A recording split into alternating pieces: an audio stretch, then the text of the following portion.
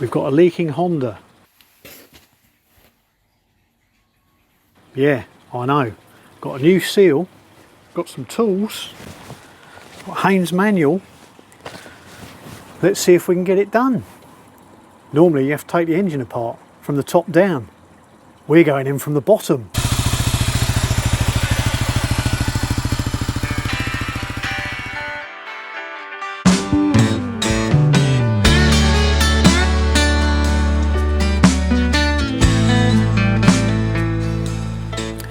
Hello, welcome to Tweed's Garage, where in this video we're going to attempt to fit a new final drive seal to my Honda RS250.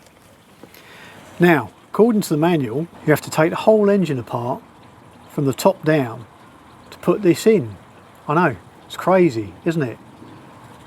Old Mr. Honda and his mates, I don't know what they were thinking. I think it was an era when they weren't really making any money on producing bikes, so they decided to make money on servicing bikes and make it as expensive as possible to change the simplest of parts. I mean, normally there's a C-clip, holds them in place. So you just take the C-clip out, whip out the oil seal, pop in a new one, pop in the clip, off you go. With the Honda, no. Engine out the frame, take it apart from the top down, strip the cases out, then change it, put it all back together. But what we're going to do is attempt a sort of legendary fix. Apparently, in eons ago, these bikes, RS250s, you couldn't walk 20 feet in London without being run over by one. The courier riders loved them. They were the sort of darling of the courier riders. Long distance couriers tended to like the old plastic maggot, the old CX500, but the RS250, you'd see them all over the place. And yeah, there is legend that some people sort of used to cut this off, bang them in, seal them up, hope for the best, because, you know, time's money. If the motorcycle's down, you're losing money. So desperate times called for desperate measures. But I reckon we can flip the engine upside down in a good old Black & Decker workmate, and we can work from the bottom inwards just to raise it enough to be able to clean the gasket faces up, put new gasket sealer down, pop in the new seal, pop it all back down again, back together, back in the bike. Yeah, that's the plan. So first thing I'm going to do, get the bike out, working outside as it's nice, and as you've seen on other videos, if you drop stuff on the dirt floor, it doesn't bounce. And yeah, if you can't find it, you're just going to get a magnet. So I'm going to get it out here, warm it up, drop the oil, and then start to take it apart. It's a bit involved, so let's get going.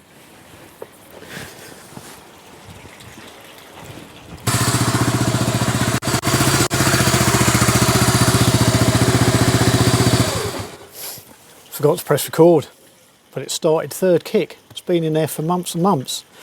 So what we need to do to change this seal, which is down here behind the drive sprocket, is we need to take the tank off, seat off, side panels off, battery out, exhaust off, crash bars off, this cover off, chain off, sprocket off, cables off, rev counter drive. Did I say exhausts? Exhausts. And then hopefully we can unbolt the engine and get it out. But what I was just doing is warming it up because I've got to drop the oil out. So I'll see if it starts again for your entertainment, and let it warm up.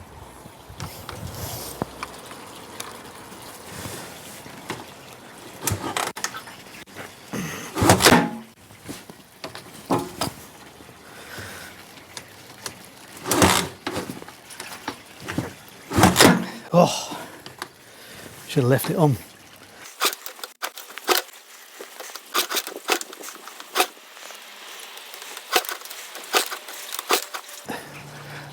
Try the engine stop.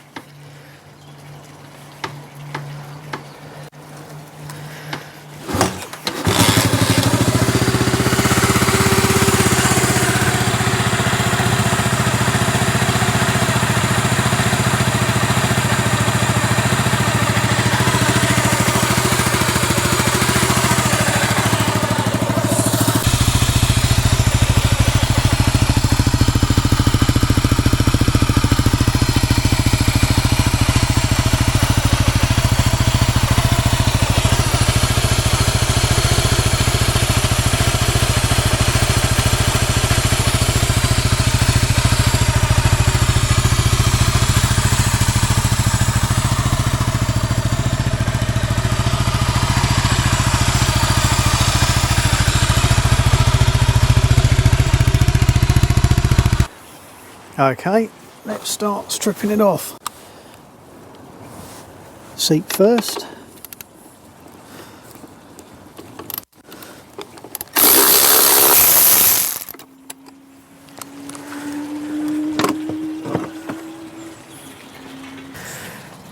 So we don't lose them.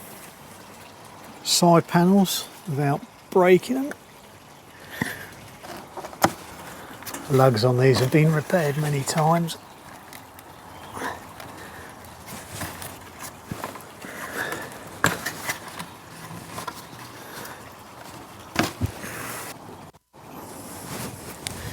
Tank off.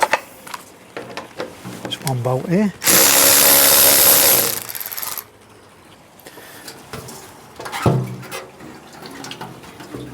There we go. We can see what we're doing a little bit better.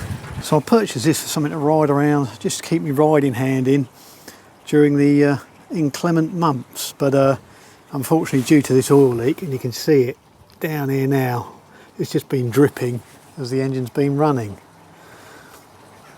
So what we'll do is we'll drop the oil whilst we're getting other bits off.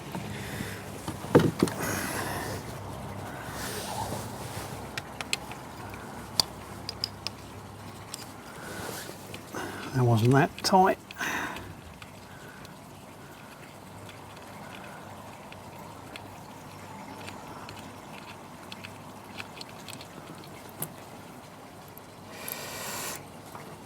And we'll let that drain for a bit.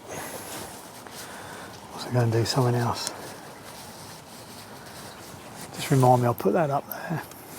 What we'll do is tackle the exhaust studs. I did put some stuff on them earlier.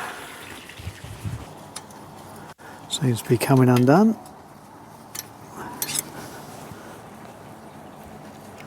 But it looks like the studs are moving.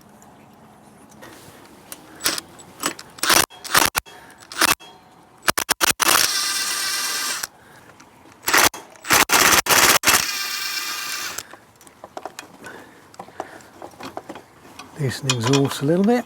Just put them back in so they don't drop down. So we're making progress. Just got to get the exhaust off, unbolt the engine mounts, carb off and all that.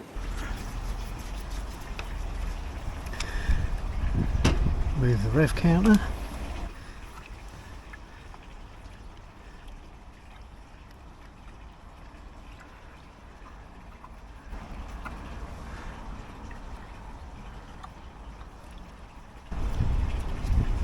A bit of paint around there and a bit of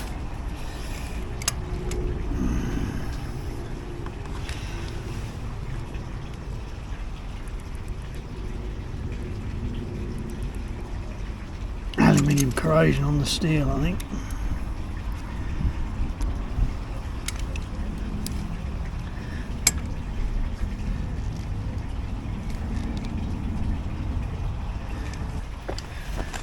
I have got a gasket set with O-rings, so I might take it off of the block there and try and sort this out in the workshop.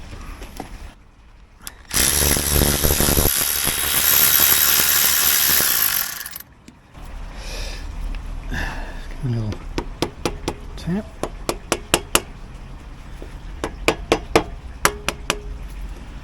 Now, does it come out this way? Yeah, that's right. Get rid of that.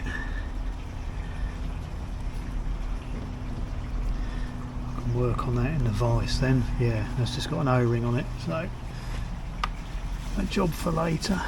It's a good thing we're taking this apart because there's mesh filters down here that need checking occasionally, so we've got to take this side case off anyway, so we'll go in there and clean all that out and wash the sump out. Disconnected the clutch lever and the decompressor. Disconnect the battery. Always disconnect the earth side first so you don't cause any sparks. Put the bolts back in so we don't lose them.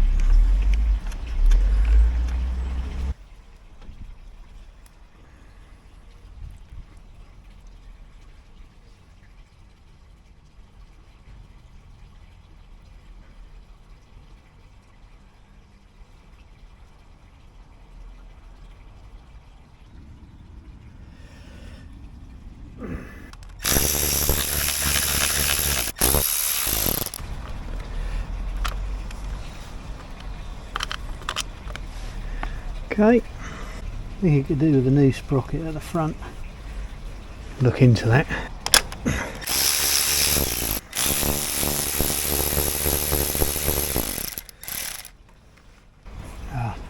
It's got splines on the washer, so you turn it, line the splines up, and the washer comes off with optional dead spider. All your arachnophobes quaking there. There we go. Try and fidget the sprocket out the chain. There we go. Just relax that back there. There we go. Yeah, I think a new one would do it a world of good.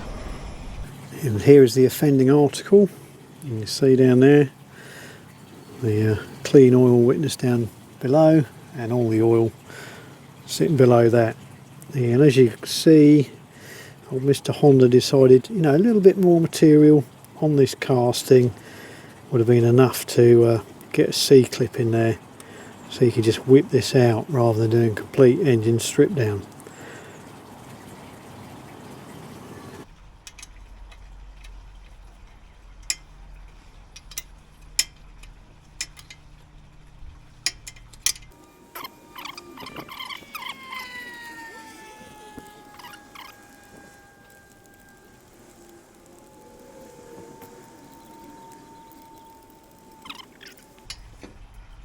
There we go.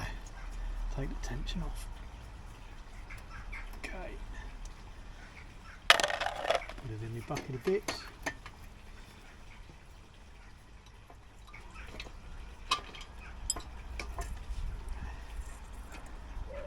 One exhaust off.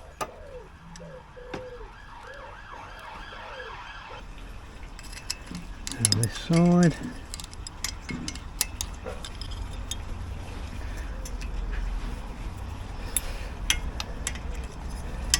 Just going easy with these because these are easy to strip off.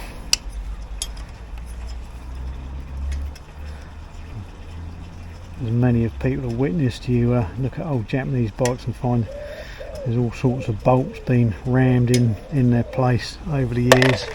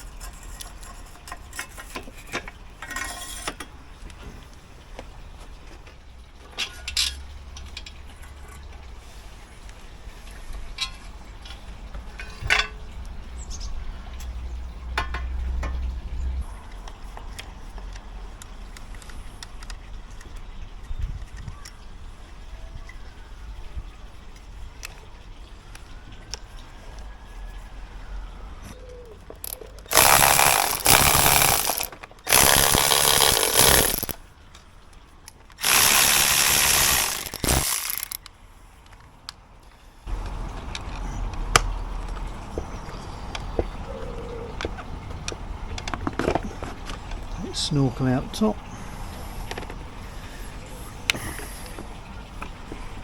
Hopefully this should wiggle off the carburettor and wiggle out.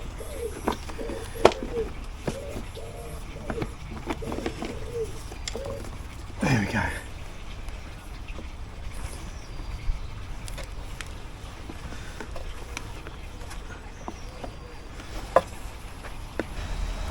Now we can get the carburettor off.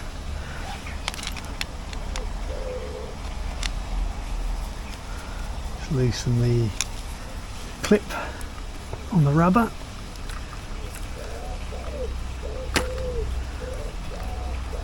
Drop it down. Yeah. Two sizes there, just to confuse you. On the dirt, but doesn't bounce. There it is. Just assemble everything, but I don't think it left the factory like that. Somebody's been in there put a different nut on. So I'll just ease it over a bit, make sure there's no more oil to come out. Only a little bit. Pop that back in.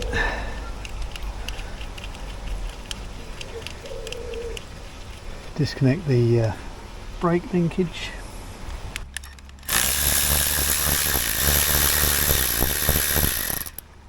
And then remember that it's sort of nearly upwards on that face. There we go.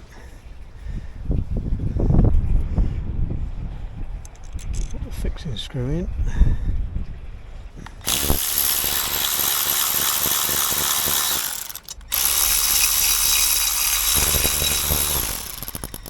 Yeah, that could do with a clean.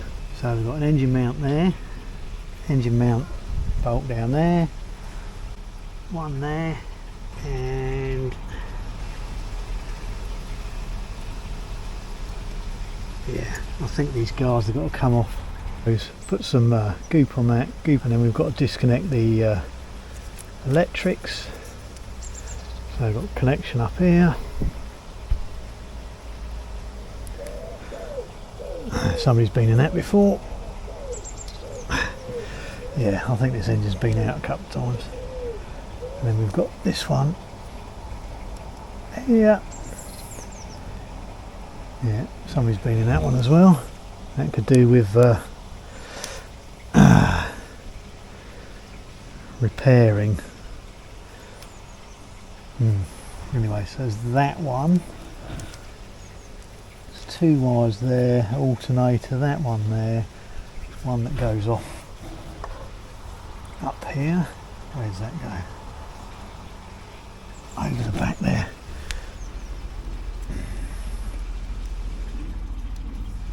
There we go. That was easy. Now I do believe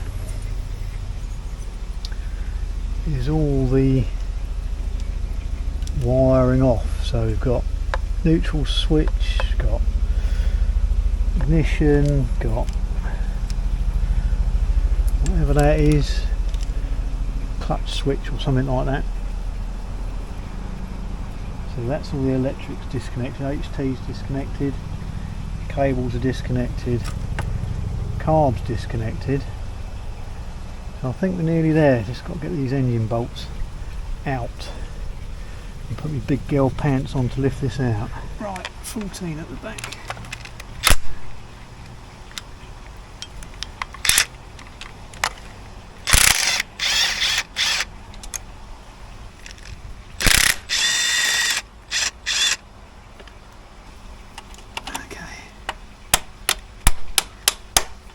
Yeah, it's going in nicely.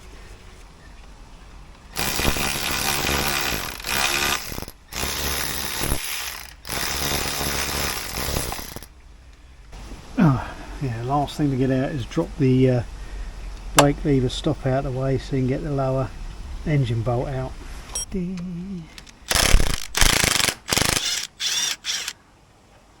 Job done.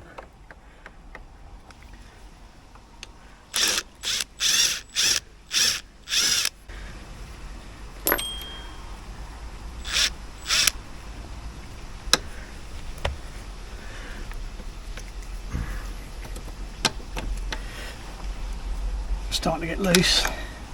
Right, we'll get a jack to support the engine.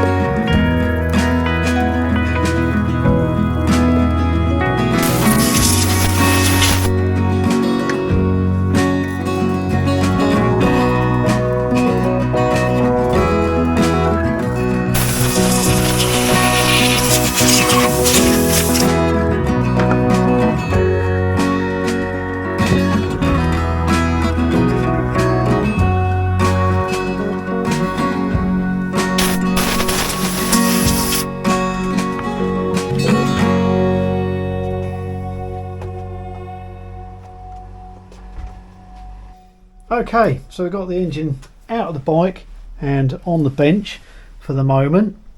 I was going to stick it in a Black & Decker Workmate upside down. I may still do, but I might try and make up a little support to go on the rear mounts here, just to be able to turn it upside down. But we'll see how it goes, because not everybody's got a Black & Decker Workmate. So what we need to do is take this case off the other side, see what oil we've got in the bottom, try and give that a flush out, make sure we get the last remnants out. So I've got to take the kickstart off, so we'll do that now. There's a reassuring amount of spring in that kickstart,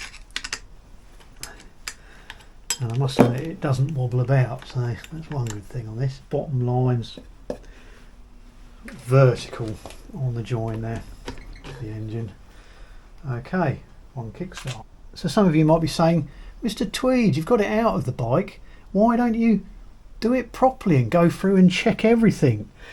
Because this is the winter hack. This is the ropey roads bike. When you fancy going out in the winter somewhere when it it's not raining, but the roads are sort of fairly crappy, but you want to get out there. I mean, years ago,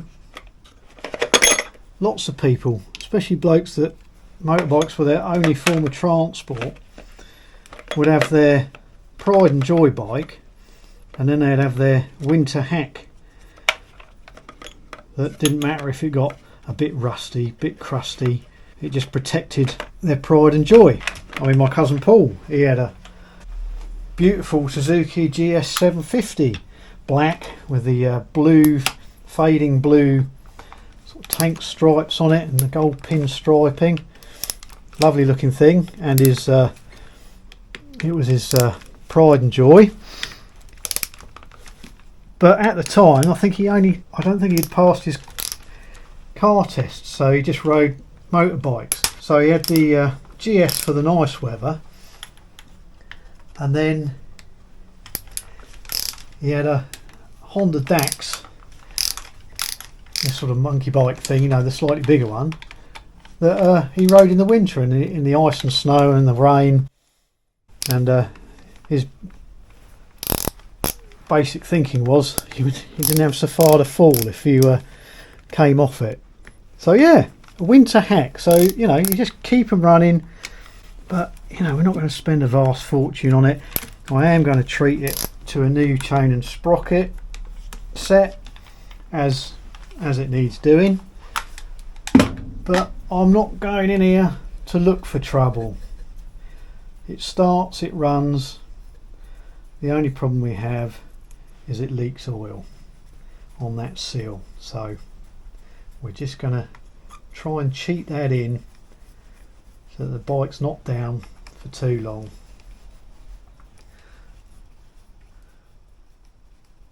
And we can get it back up and running again. So we just go around, whiz off all these Allen bolts around the casing. I will find a bit of card to poke them in, save me time.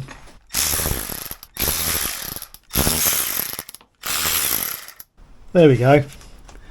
So just drew it out roughly, put on where a bracket goes as well, so I know where to put it back on when it goes back together.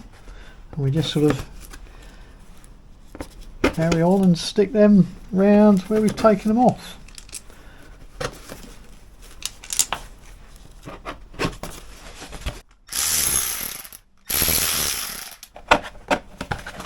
And there we go, and store them somewhere safe and be ready to go back on. Okay.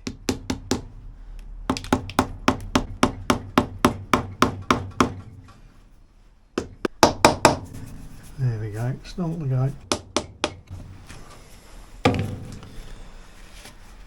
Right, I'll continue knocking it gently. You don't want to watch that.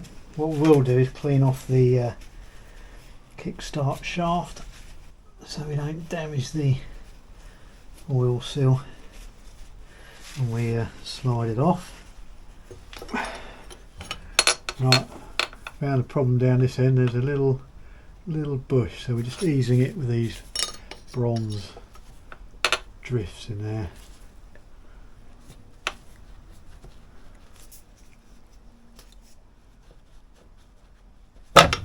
There we go. Move this. There we go. Doesn't look too bad in there. Pop that aside for a bit of a degreasing. Have the filter screen. Right, I've decided to leave it in there. It's pretty clean, and I don't want to damage the rubber seal where it's in the case there. So flushed it out with brake cleaner, blown it out with compressed air. All looks good. Just a little bit of gunky falling out the bottom of the sump, and we'll get the rest of that. So another bit of cardboard. Start to undo these. Just clean off that shaft there. So another bit of cardboard.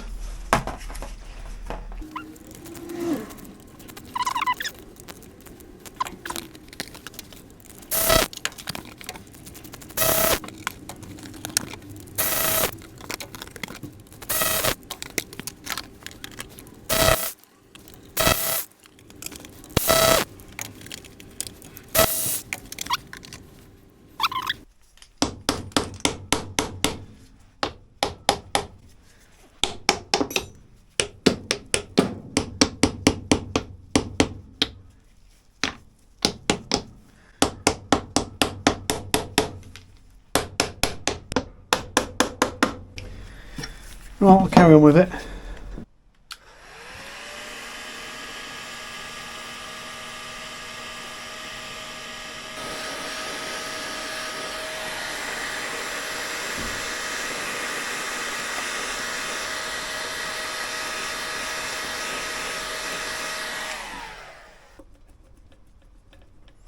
There we go.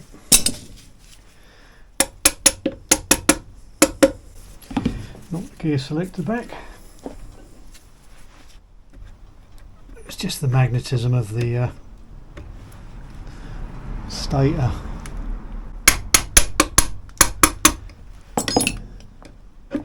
And the rubber seal. All in place, yeah. Nothing wrong with the stator magnetism. There we go. It's mounted in there. Hence why it's tricky to get out.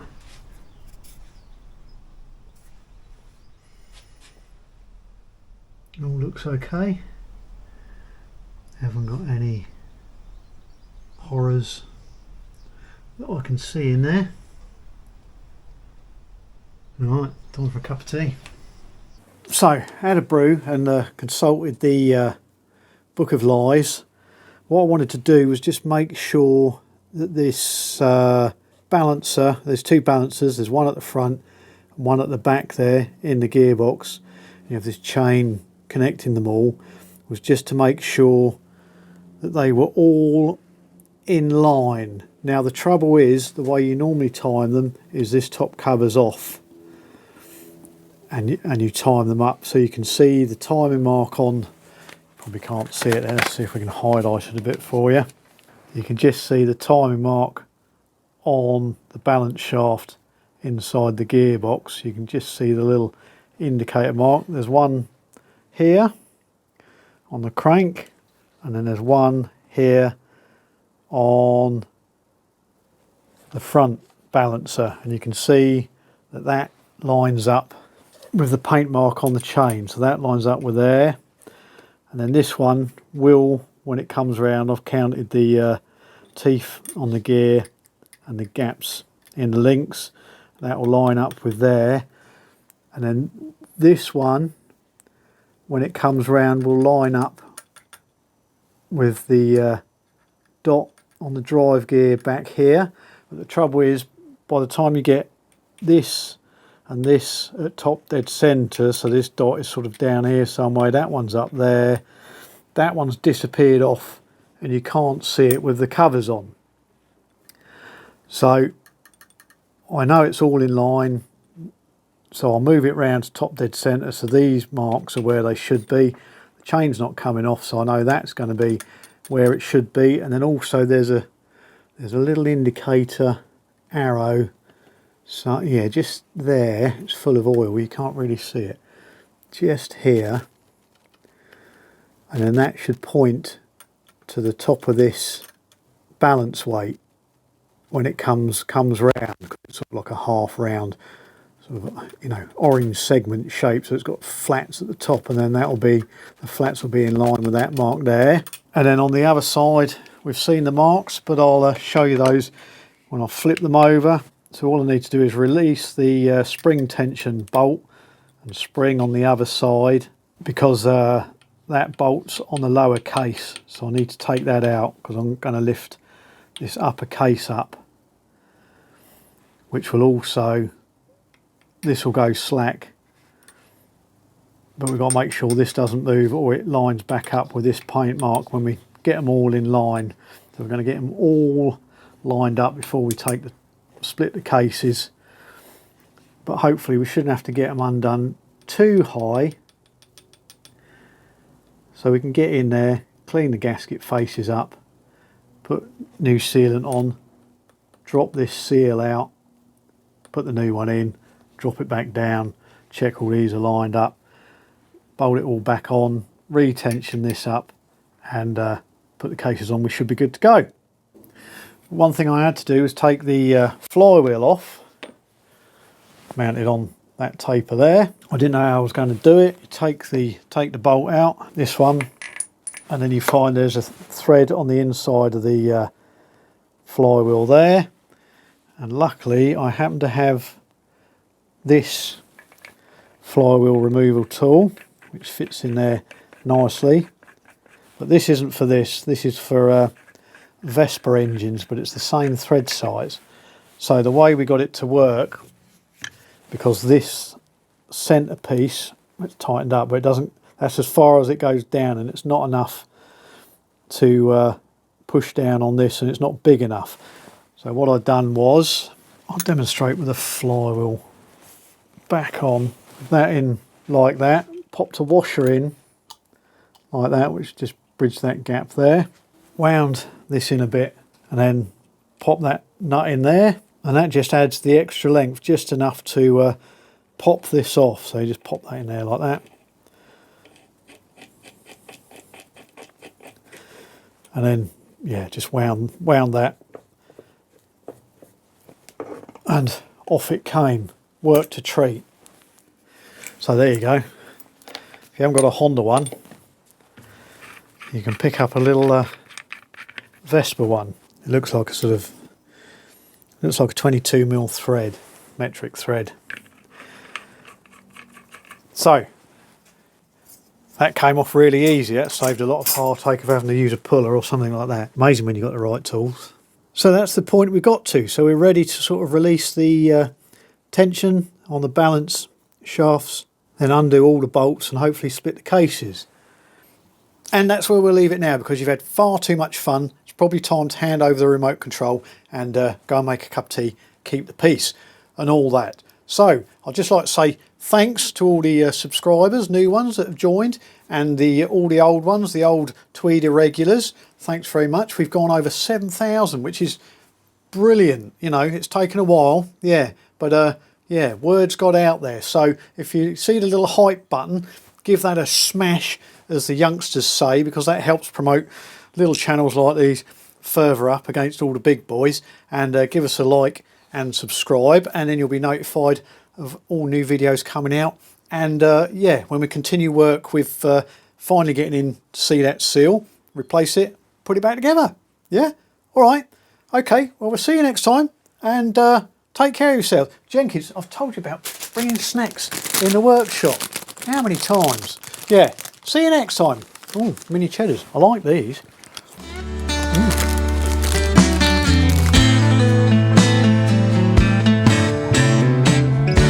Hello, welcome to Tweed's Garage. In this video, we're going to attempt to fit... And... Hello, welcome to Tweed's Garage. In this video, we're going to attempt to... Oh.